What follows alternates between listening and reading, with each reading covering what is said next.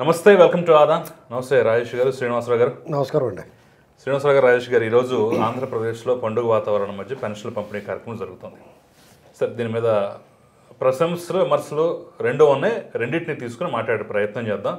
ముఖ్యమంత్రి స్వయంగా మిగిలిన మంత్రివర్గం కానీ ఎమ్మెల్యేల దగ్గర నుంచి చిన్న స్థాయి గ్రామ స్థాయి నాయకులు కూడా ప్రతి ఒక్కళ్ళు ఇళ్ళకి వెళ్ళి పెన్షన్ల పంపిణీ కార్యక్రమాన్ని అయితే చేస్తున్నారు. అదొక పాజిటివ్ యాంగిల్ అయితే, ఇక నెగిటివ్ యాంగిల్ అదేంటి, ఇంత అవసరమా, గతం నుంచి వస్తుందే కదా, ఇప్పుడు ఈరోజు కొత్తగా ఏదో ఇస్తున్నట్టుగా ఇంత హడావుడు అవసరమా, చంద్రబాబు మార్క్ ప్రచారం ఈ విధంగా ఉంటుందని చెప్పేసి విమర్శలు కూడా పక్క.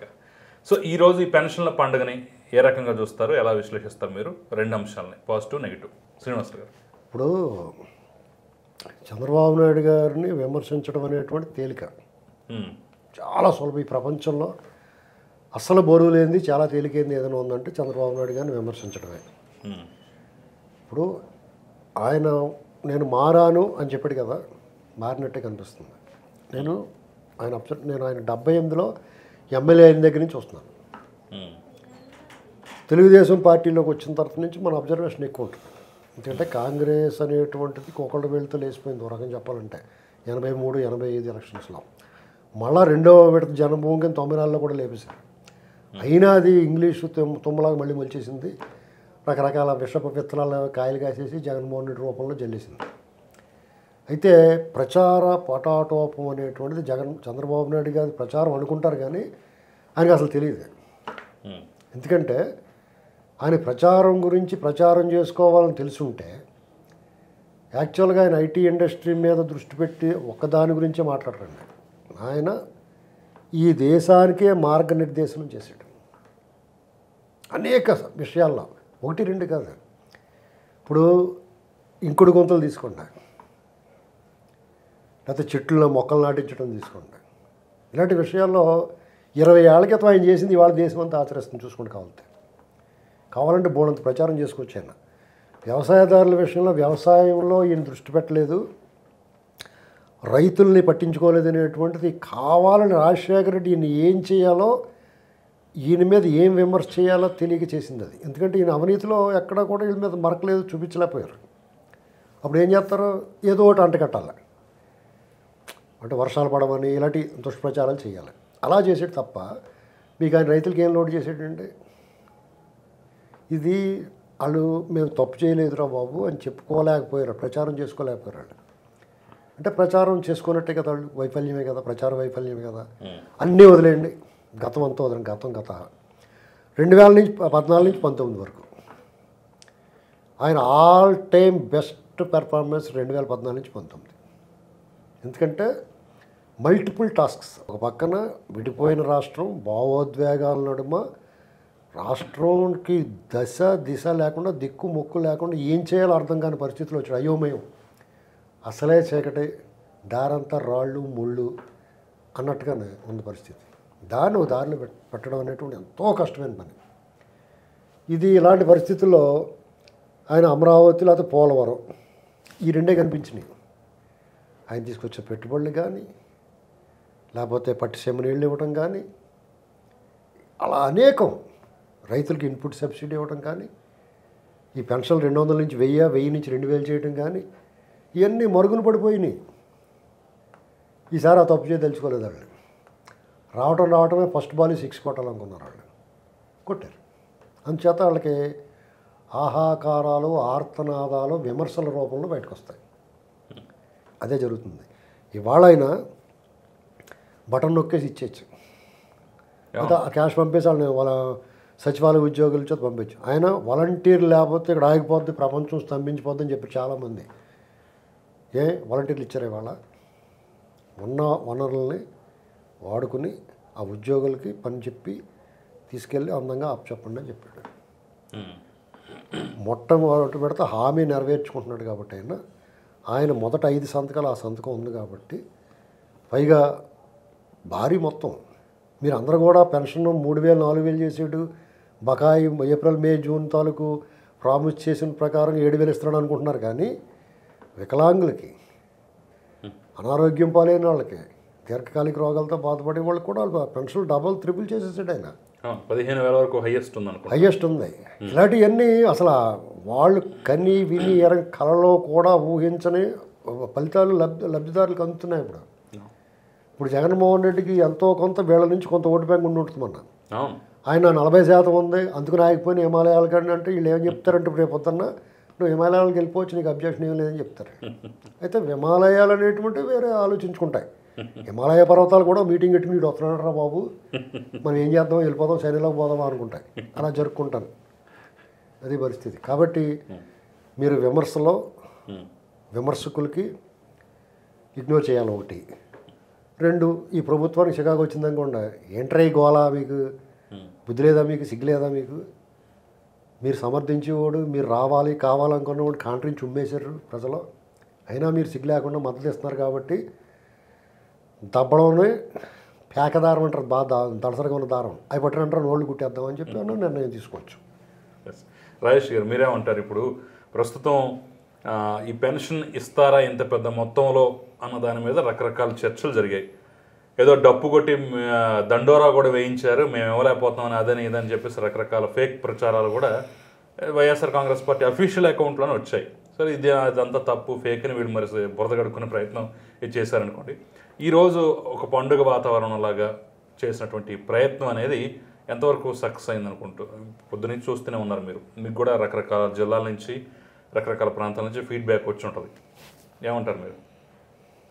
వైసీపీ పార్టీ ఇప్పటివరకు ఏమనుకుంటుందంటే ప్రచారం చేసుకోవటం అనేది జగన్మోహన్ రెడ్డి గారి జన్మ హక్కు.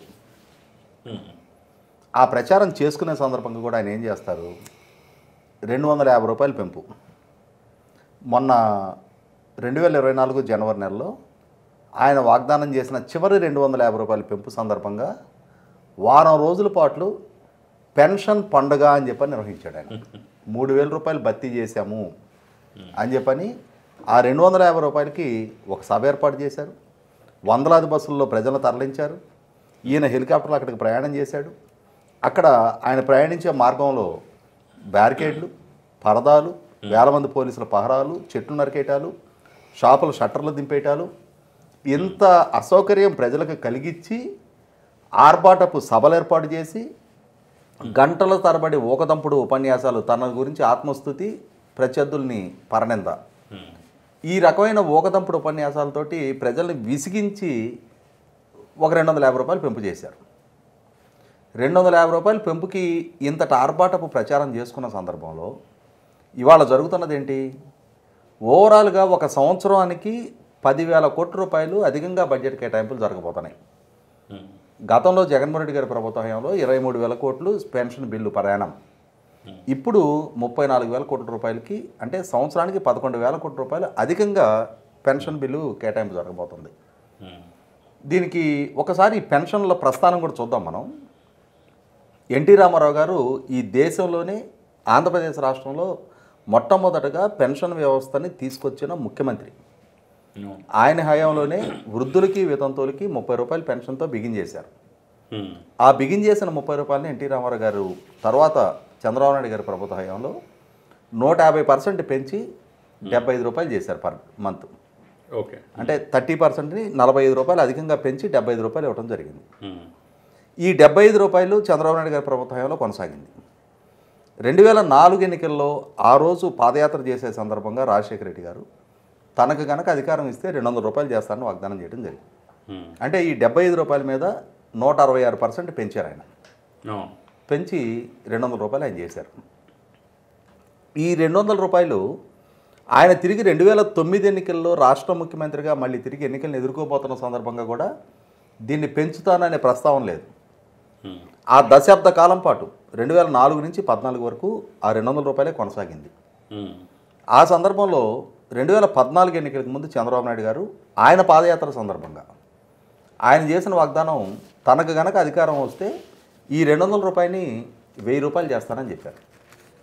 చెప్పిన వాగ్దానం ఆయన అధికారంలోకి రాగానే ఈ 200 రూపాయలని ఏకమొత్తంగా 1000 రూపాయలు చేశారు. అంటే ఒకేసారి 200కి 800 పెంచడం జరిగింది. అంటే 400% hike. Never in the history of AP ఏ చీఫ్ మినిస్టరు ఏ పాలనా హయాంలో కూడా అంత పెంపు ఒకేసారి 400% పెంపు అంతకుముందు ఎప్పుడూ జరగలేదు, భవిష్యత్తులో కూడా జరుగుతుందో లేదో మనం చెప్పలేం. అటువంటి స్థితి నుంచి అదే టెన్నూరులో మళ్ళీ తిరిగి 2019 ఎన్నికలకి సమాయత్తం అవుతున్న సందర్భంగానే ఈ 1000 రూపాయలని ఇంకొక 100% పెంచి 2000 రూపాయలు చేయడం జరిగింది. ఆ సందర్భంగా జగన్మోహన్ రెడ్డి గారి పాదయాత్ర నడుస్తూ ఉంది. ఆయన తనకు గనక అధికారం ఇస్తే ఈ 2000 రూపాయల మీద 50% హైక్ 3000 రూపాయలు చేస్తానని వాగ్దానం చేయడం జరిగింది. ప్రజలు ఆయనకు అధికారం కట్టబెట్టారు. ప్రజలు ఆశించింది ఏంటి? ఈయన పదవి బాధ్యతలు చేపట్టగానే 1000 రూపాయలు పెంచుతారని ఆశించారు. కానీ అధికారం దక్కిన వెంటనే జగన్మోహన్ రెడ్డి గారు నాలుగు మడతేసి ఫైనాన్షియల్ కన్స్ట్రెయిన్స్ ఉన్నాయి, ఒకేసారి 1000 రూపాయలు పెంచడం సాధ్యం కాదు, సంవత్సరానికి 250 రూపాయలు చొప్పున 4 సంవత్సరాల్లో ఈ 1000 రూపాయలు భర్తీ చేస్తా.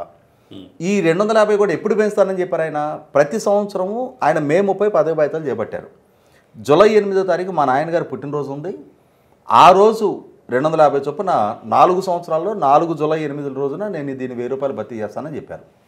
అంటే 2019 జూలై 8, 20 జూలై 8, 21 జూలై 8, 22 జూలై 8కి ఈ 1000 రూపాయల పెంపు పూర్తి కావాలి. కానీ ఆయన ఎప్పటికి పూర్తి చేశారు? 2024 జనవరి నెలకు పూర్తి చేశారు.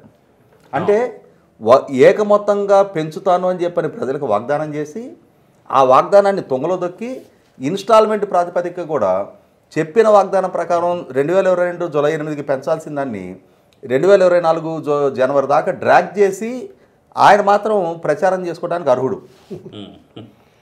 పైగా ఎంత అసంబద్ధంగా పెన్షన్ల పంపిణీ జరిగింది. ఇక్కడ పెన్షన్ పెంచినటువంటి 250 పెంచినటువంటి ప్రతి సందర్భంలోనూ ఫుల్ పేజ్ యాడ్లు దీంట్లో కూడా ఎంత లోపభూయిష్టంగా ఆయన పాలనా హయాంలో అమలు జరిగింది అని అంటే 2014 నుంచి 19 వరకు చంద్రబాబు నాయుడు గారు 2014లో ఆయన పదవి బాధ్యతలు చేపట్టే నాటికి 34 లక్షల పెన్షన్లు అమల్లో ఉన్నాయి. ఆ అమల్లో ఉన్న సందర్భంగా చంద్రబాబు నాయుడు గారు పాలనా హయాంలో ఎన్ని కేటగిరీల కొత్త పెన్షన్స్ యాడ్ అయినాయి? ఒంటరి మహిళలు అంతకుముందు అమల్లో లేదు, చేనేత కార్మికులు అంతకుముందు అమల్లో లేదు, కల్లుగీత కార్మికులు అంతకుముందు అమల్లో లేదు, డప్పు కళాకారులు అంతకుముందు అమల్లో లేదు, ట్రాన్స్జెండర్లు అంతకుముందు అమల్లో లేదు, డయాలసిస్ పేషెంట్లు అంతకుముందు అమల్లో లేదు. ఇట్లా చాలా విధాలైన కొత్త కేటగిరీల పెన్షన్ని అమల్లోకి తీసుకొచ్చారు. దివ్యాంగులకి 70% అండ్ మోర్ డిజబిలిటీ ఉన్న వాళ్ళకి 3000 రూపాయలు చేశారు. అంతకుముందు 500 రూపాయలు ఉండేది రాజశేఖర రెడ్డి గారి హయాంలో. దాన్ని ఈయన పాలనా బాధ్యతలు చేపట్టగానే 1500 చేశారు. తర్వాత 2019లో 3000 రూపాయలు చేయడం జరిగింది. అంటే ఇన్ని కొత్త రకాల పెన్షన్స్ ఇంప్లిమెంట్ చేస్తూ 54 లక్షల పెన్షన్లకి పెంచారు. 53 లక్షల పెన్షన్లకి కేవలం ఆయన ప్రభుత్వ హయాంలో 19 లక్షల పెన్షన్లు పెరిగినాయి. ఈ పెన్షన్లు పెరగటమే కాదు, ఆ రోజున్న ఇంకొక కన్వీనియన్స్ ఏంటి అంటే ఈ నెల పెన్షన్ ఇచ్చే టైంకి లబ్ధిదారుడు అందుబాటులో లేడు, వచ్చే నెల తీసుకోవచ్చు, ఆ వచ్చే నెల కూడా అందుబాటులో లేరు. 3వ నెలలో 3 నెలలకు సంబంధించిన అమౌంట్ ఒకేసారి తీసుకోవడానికి వెసులుబాటు ఉండేది. అదే సందర్భంలో విదిన్ ద స్టేట్ ఏపీలో ఎక్కడి నుంచి అయినా సరే పెన్షన్ క్లెయిమ్ చేసుకునే పోర్టబిలిటీ ఫెసిలిటీ ఉండేది.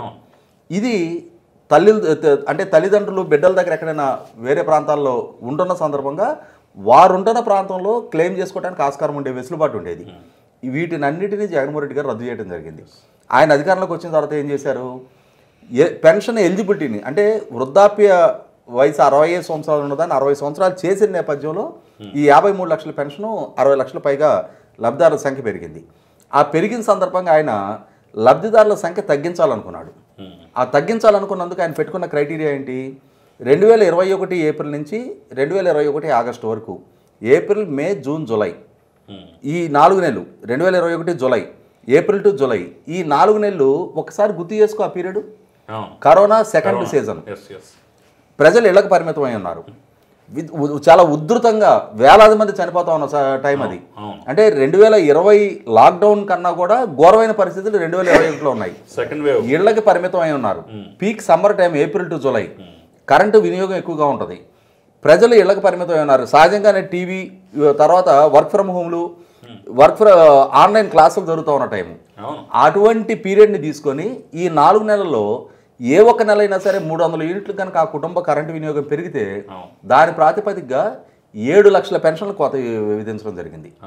ఇది జగన్మోహన్ రెడ్డి గారి ప్రభుత్వ హయాంలో జరిగిన ఒక లోపభూయిష్ట విధానం. ఒక ఫ్యాన్ వేసుకోవాలన్నా ఒక కూలర్ వేసుకోవాలన్నా వణికి చచ్చారా?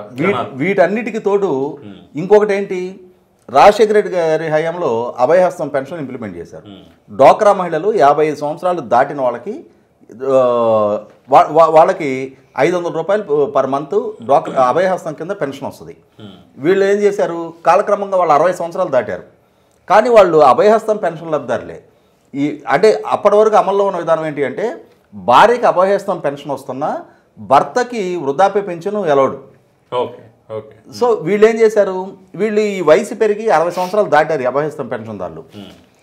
60 సంవత్సరాలు దాటిన వాళ్ళని అభయహస్తం కేటగిరీలో నుంచి వాళ్ళని వృద్ధాప్య పెన్షన్ కేటగిరీలోకి మార్చారు. ఎవరు మార్చమన్నారు, వాళ్ళు అడగలేదే. వాళ్ళని మార్చి ఏం చేశారు, భార్యాభర్తలు ఇరువురికి పెన్షన్ వస్తుంది కాబట్టి ఇంటికి ఒకటే పెన్షన్ అనే నెపంతో అయితే భర్తతో లేకపోతే భార్యతో పెన్షన్ కట్ చేశారు. వాస్తవంగా వాళ్ళు అభయహస్తం పెన్షన్దారులు, వాళ్ళని వృద్ధాప్య పెన్షన్లోకి మార్చమని వాళ్ళు అప్లికేషన్ పెట్టుకోవాలా.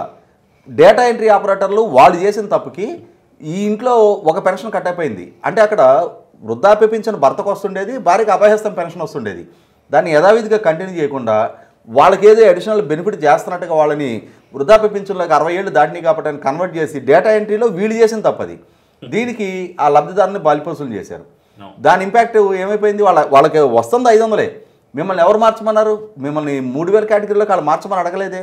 మార్చి ఇంటికి ఒకటే పెన్షన్ అని చెప్పని ఒకళ్ళది కట్ చేశారు. అంటే అక్కడ ఏమవుతుంది, నెలకు ఒక 500 రూపాయలు వీళ్ళకి నష్టం. 3000 వచ్చి రాకపోగా వచ్చి 500 పోయినాయి. ఇటువంటి తప్పుల మీద తప్పులు చేసుకుంటూ వచ్చారు.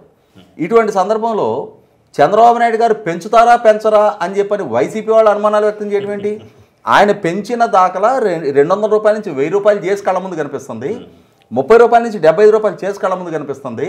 కానీ 1000 రూపాయలు 2000 చేసిన దాన్ని ఇప్పటికీ వాళ్ళు వాళ్ళ ప్రచారంలో ఎక్కడ చెప్పరు, దాన్ని తెలివిగా ఇగ్నోర్ చేస్తూ చంద్రబాబు 1000 చేశాడు, మేము డైరెక్ట్గా 3000 చేసామని చెప్పేసి మధ్యలో ఉన్నటువంటి 2000 చేసిన దాన్ని తెలివిగా అనేక సందర్భాల్లో నొక్కేసి పక్కన పెట్టేసి తొక్కేసినటువంటి సందర్భాలు కూడా ఉన్నాయి కదా. అంటే ఇక్కడ ఒకటి వాస్తవ పరిస్థితి ఏంటి అంటే, వైసీపీ ఏం ప్రచారం చేస్తుంది అనేది ప్రజల ముందు ఉంది. అంటే 2024లో ఓటింగ్ బూత్లోకి వెళ్ళే ఓటర్కి 2019కి ముందు చంద్రబాబు నాయుడు గారు ఎంత పెన్షన్ ఇచ్చారు, 2019 నుంచి జగన్మోహన్ రెడ్డి గారు ఎంత ఇచ్చారు అనేది ఒక క్లారిటీ తోటే ఓటర్ బూత్లోకి వెళ్ళాడు. ఓటరు ఈ ప్రచారాలు, వీళ్ళ విద్వేషపూరిత ప్రచారాలు, అసత్యాలు, ఈ అభాండాలు, వీటిని అన్నిటినీ అనుభవపూర్వకంగా 5 సంవత్సరాల పాటు వాళ్ళన్నీ రియలైజ్ అయిన తర్వాతే ఓటేశారు. కాబట్టి వైసీపీ చేసే ప్రతి అసత్య ప్రచారానికి మనం వివరణ ఇవ్వాల్సిన అవసరం లేదు.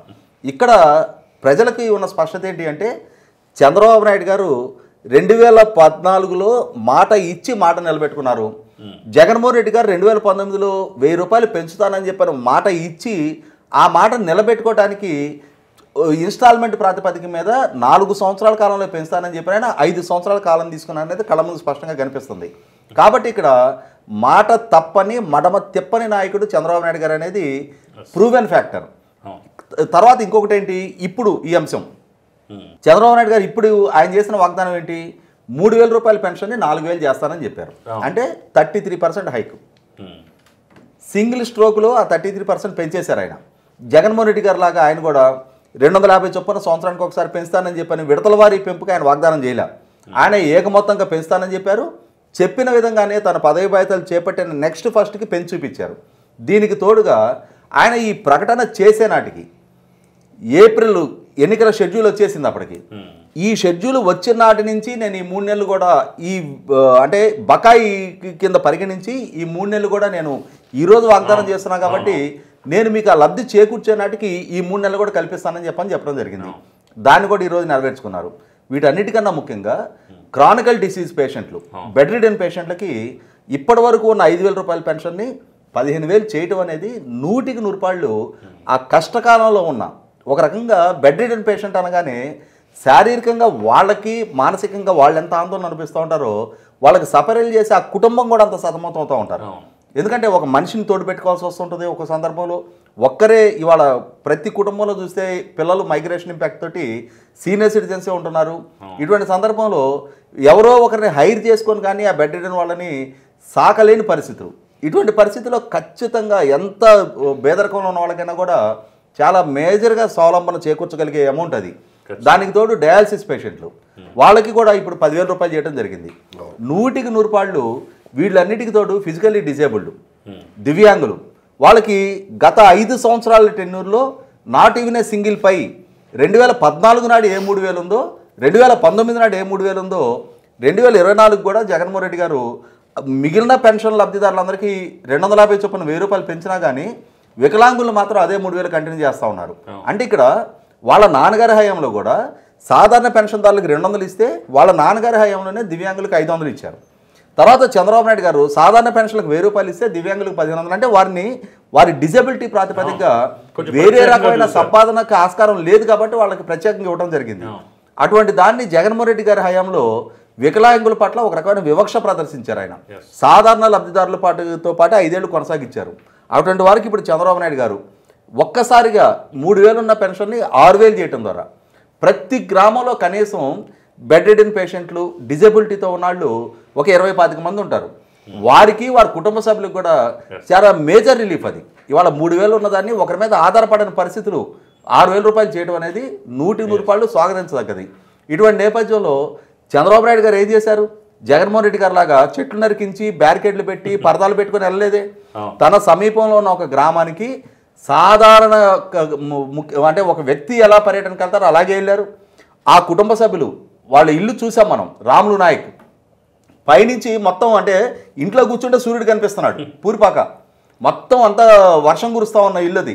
ఆ ఇంట్లో కూర్చొని వారు ఇచ్చిన కాఫీ తాగి ఆ కుటుంబ సభ్యులతోటి ఆ వాళ్ళ పిల్లలతోటి వాళ్ళ కెరీర్ల గురించి కూడా అంటే ఒక ఇల్లు ఇస్తానని హామీ ఇవ్వడమే కాదు, జగన్మోహన్ రెడ్డి గారు ఏం చెప్పేవారు, మీరు స్లీవ్స్ మడిసి యుద్ధానికి సిద్ధంగా అండి అని చెప్పని యువతను రెచ్చగొడితే చంద్రబాబు నాయుడు గారు అక్కడున్న పిల్లలకి మీరు చదువుకోండి, మీరు చదువుకోవడం ద్వారా మీ కుటుంబం మీ చుట్టుపక్కల ఉన్న ఇళ్ల పరిస్థితులు చూడండి, వాళ్ళ స్థాయికి మీరు ఎదగాలి అని అంటే మీరు కష్టపడి మీకు ఒక కెరీర్ నిర్మాణం చేసుకోవడం ద్వారా విడోగా ఉన్న మీ తల్లికి అండదండలు అందించినట్టు అవుద్ది, మీ అమ్మమ్మ తాతయ్యకి మీరు అండదండలు అందించినట్టు అవుద్ది అని చెప్పి ఆ పిల్లల్ని మోటివేట్ చేయటం అది ఖచ్చితంగా స్ఫూర్తి నింపే ఒక కుటుంబ పెద్దగా, రాష్ట్రానికి పెద్దగా పాలకుడు అంటే ఎలా ఉండాలి అని చెప్పి ఆయన వాళ్ళు చూపించడం జరిగింది.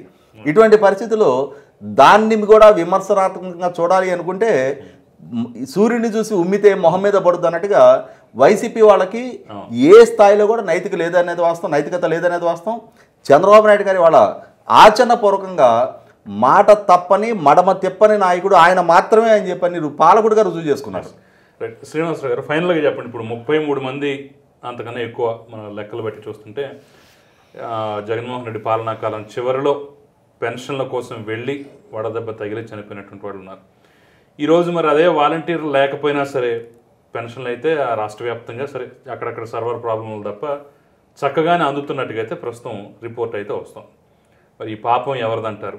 అట్ ద సేమ్ టైం ఈ కోర్ ఓటు బ్యాంక్కి చిల్లుబడ్డట్టేనా Jaganmohan Reddy core vote bank? ఇక్కడ మనం ఇవాళ జరిగిన కార్యక్రమాన్ని ఓటు బ్యాంక్ దృష్టిలో చూడాల్సిన అవసరం లేదు, ఎందుకంటే అది చాలా సుదూరం ఉంది. కానీ ఇక్కడ గత మే నెల కానీ ఏప్రిల్ నెల కానీ పెన్షన్ చూస్తే జూన్ 1వ తారీఖుది మళ్ళీ పెద్ద వివాదం లేకుండా నడిచింది. ఏప్రిల్ మే జూన్ 3 నెలలు ఈ ఎలక్షన్ కమిషన్ పరిధిలోకి వచ్చిన తర్వాత జరిగినాయి. ఏప్రిల్లో మే పెన్షన్లు అనేటువంటి చాలా ఉక్కిరిబిక్కిరి అయిపోయి చాలా ఆందోళనకరం రకరకాల విషాద ఉదంతాలు ఉన్నాయి. అయితే మనం గమనించాల్సింది ఏంటంటే రాజ్యం ఇంత క్రూరంగా ఉంటుందా, అధికారం పాలకుడు తాలూకు క్రూరత్వం, వాళ్ళ స్వార్థం ఎలాగన్నా సరే లబ్ధి పొందాలి దీని నుంచి అనేటువంటిది స్పష్టంగా కనపడిపోయింది.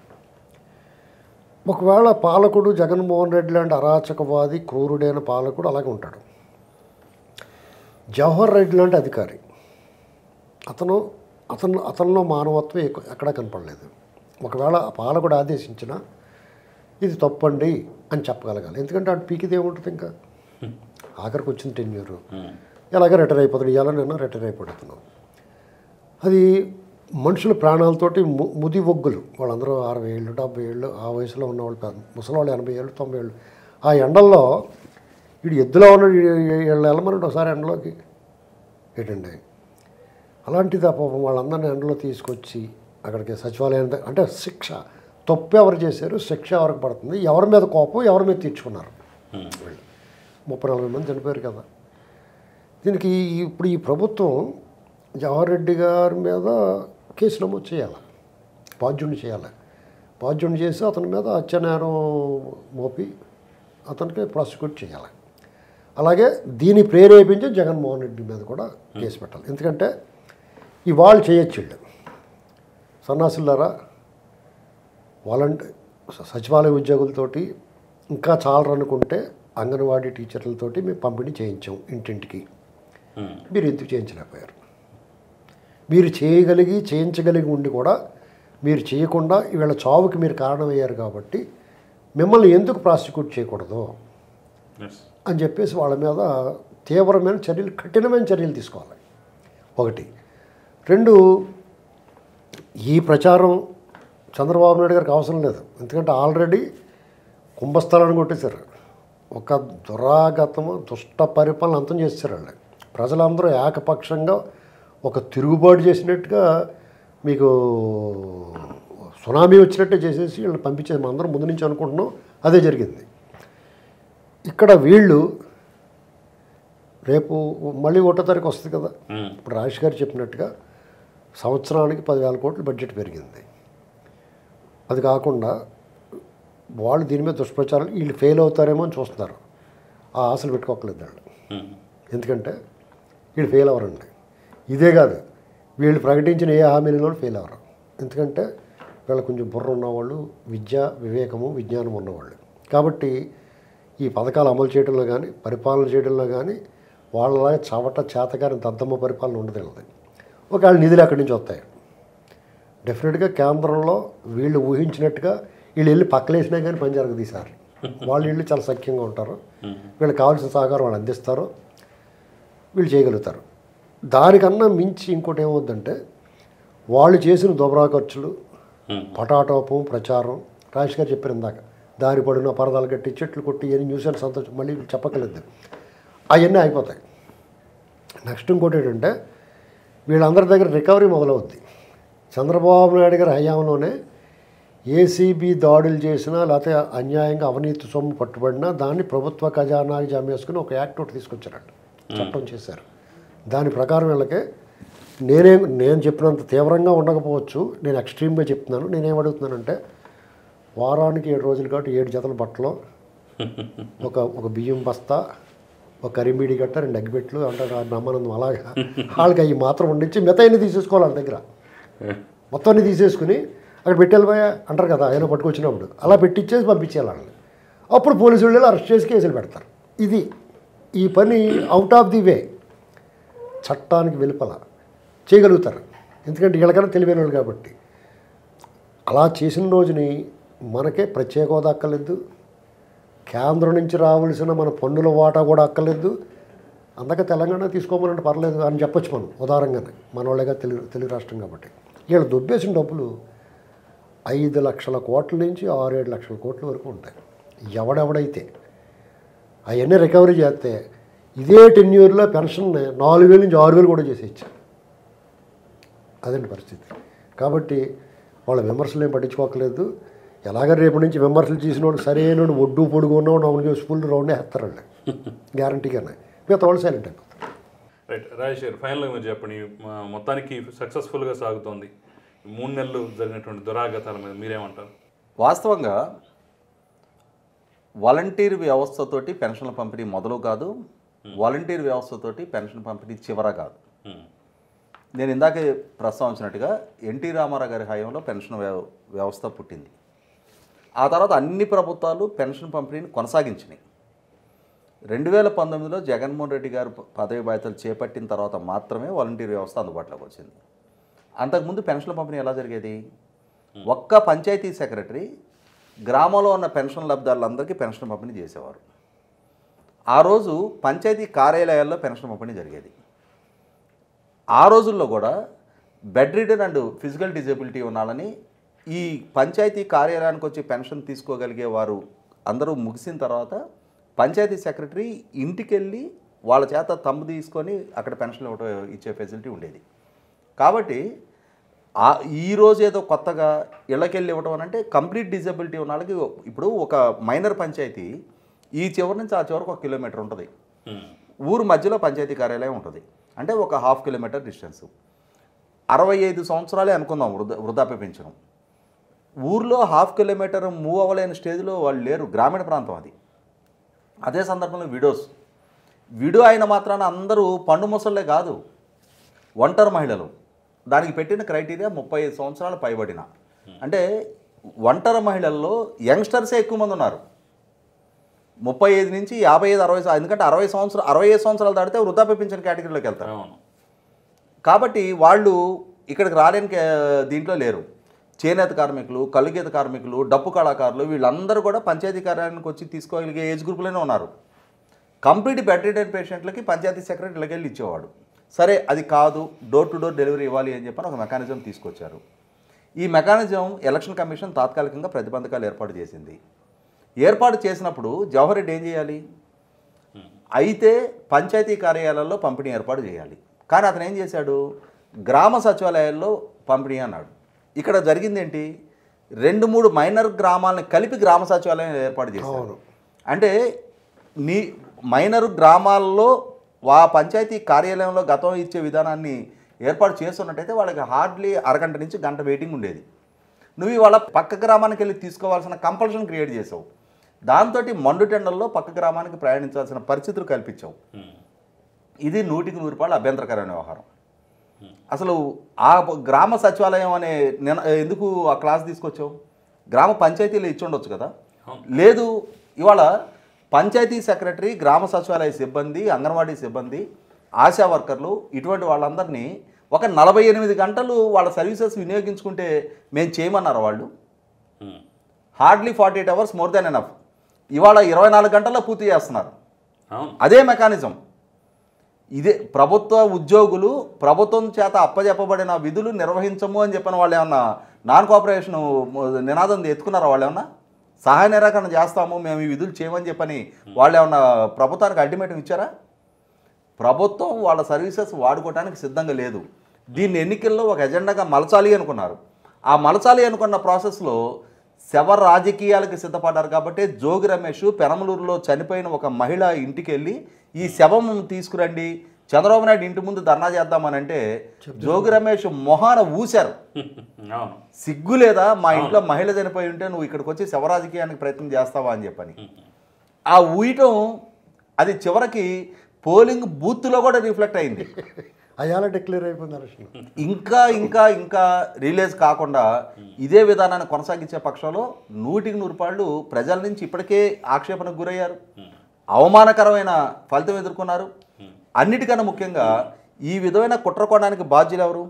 ముఖ్యమంత్రిగా జగన్మోహన్ రెడ్డి, ప్రభుత్వ సలహాదారుడు సజ్జల రామకృష్ణారెడ్డి, చీఫ్ సెక్రటరీ జవహర్ రెడ్డి, ముఖ్యమంత్రి వ్యక్తిగత కార్యదర్శి ధనుంజయ రెడ్డి, సెర్ప్ CEO మురళీధర్ రెడ్డి. ఈ 5గురు కలిసి రాష్ట్రంలో ఉన్న 65 సంవత్సరాల పైబడిన వృద్ధులు, వితంతువులు, వికలాంగులు, హిజ్రాలు, తర్వాత కులవృత్తులు చేసుకునే వాళ్ళు, ఒంటరి మహిళలు, ఇటువంటి వాళ్ళందరితోటి ఆడుకొని వాళ్ళ జీవితాలని పణంగా పెట్టి ఎన్నికల్లో ఒక ప్రచారాస్త్రంగా మలచాలి అనుకున్న నేపథ్యంలో ఖచ్చితంగా ఇటువంటి కుట్రకి పాల్పడ్డ ఏ ఒక్కరిని ఉపేక్షించాల్సిన అవసరం లేదు. 100% ఈ 5గురు సోకాల్డ్ నేను ఇప్పుడు ప్రస్తావించిన రాజకీయ నాయకుల నుంచి ప్రభుత్వం నుంచి జీతం తీసుకుంటున్న అధికారులు, సలహాదారుల దాకా సెక్షన్ 302 కింద కేసులు నమోదు చేయాలి, ప్రాసిక్యూట్ చేయాలి, చట్టం ముందు వాళ్ళందరినీ దోషులుగా ఎస్టాబ్లిష్ చేయాల్సిన అవసరం ఉంది. అప్పుడు ఇంకొక అధికారి అయినా సరే ఈ విధమైన బాధ్యత రాహిత్యపు ప్రవర్తించకుండా చట్టాన్ని మీరు ప్రవర్తిస్తే, బిజినెస్ రూల్స్ని అతిక్రమిస్తే, రూల్ ఆఫ్ లానికి కట్టుబడనికి విధులు నిర్వహిస్తే ఎదురయ్యే కాన్సిక్వెన్సెస్ ఏంటనేది రియలైజ్ అవుతారు. ఖచ్చితంగా వాళ్ళు రియలైజ్ అవ్వకపోతే ప్రభుత్వం అయినా సరే వాళ్ళకి ఆ గుణపాఠం నేర్పి తీరాలి.